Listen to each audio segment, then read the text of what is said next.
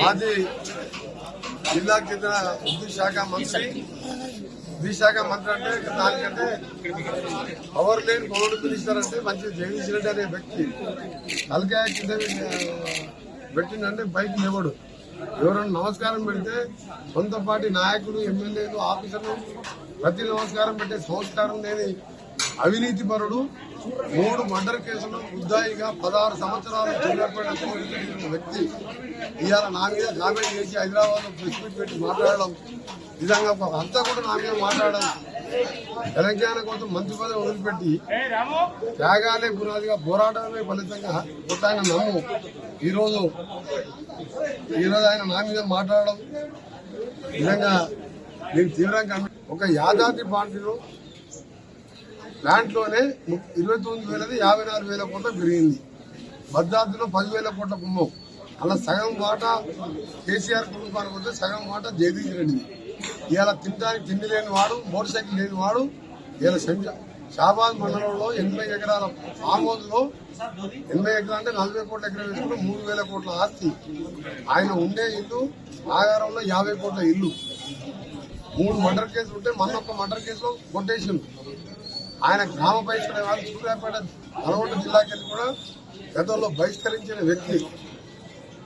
NT Ramarao ఉన్నప్పుడు అప్పుడు మొత్తం కూడా మద్యపాన నిషేధం చేస్తే వేరే రాష్ట్రాలకు వెళ్ళి మద్యపానం దొంగతనంగా తీసుకొచ్చి మిర్యాలగూడలో అమ్మితే జైలు పాలైన కేసు ఇప్పటికీ ఎక్సైజ్ పోలీసులు పెండింగ్ ఉంది. అలాంటి సిగ్గులేని క్యారెక్టర్ లేని మనిషి నా మీద మాట్లాడడం నిజంగా చాలా, ఎందుకంటే అలాంటి వ్యక్తులు క్యాబినెట్ లో పెట్టుకుంటే ముఖ్యమంత్రి గారు తప్పు. అందుకని జగదీష్ రెడ్డి చెప్తున్నా, రేపు పొద్దున ఈ ప్రభుత్వానికి రేవంత్ రెడ్డో, కోమటిరెడ్డి వెంకరెడ్డో ఏ క్లాస్ ఎమ్మెల్యేగా మారి ప్రభుత్వాన్ని పడగొడతామనుకో. మా ప్రభుత్వాన్ని ఎప్పుడు పడిపోదు.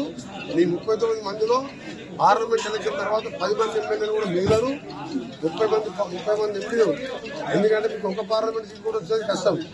కాబట్టి మీ పార్టీ బాబాబాబుగా కొట్లాటలు నడుస్తున్నాయి.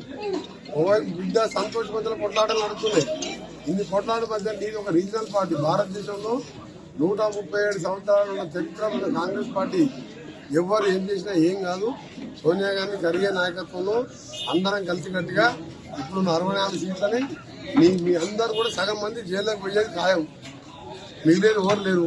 మొట్టమొదటి వేసి కేసీఆర్ కుటుంబంలో సహా పోయే రెండో వ్యక్తి ఎవరా అంటే యాదాద్రి ప్లాంట్లో జగదీష్ రెడ్డి. అలాంటి వ్యక్తి నా మీద మాట్లాడడం నిజంగా మన చావు తప్పు కళ్ళు రోడ్డుపోయినట్టు. నాకు ఒక గంట టైం దొరికి ఒక ప్రచారానికి పోతే 50,000తో ఓడిపోయేవాడు. 3,000తో గెలిచాడు. 3 సార్లు కూడా 3,000, 2,000తో గెలిచాడు. నేను 6 సార్లు ఎన్నికల్లో గెలిచినా తెలంగాణ కోసం మంచి పని వదిలిపెట్టి సిగ్గు లేకుండా మాట్లాడే జగదీష్ రెడ్డి ఆమోదం ఉన్నాడా, కేసీఆర్ ఇంట్లో ఉన్నాడా, పోయి రాత్రి కూడా ఆయన తినడానికి, భోజనానికి ఇంకేమైనా ఏర్పాటు కూడా చూసుకో.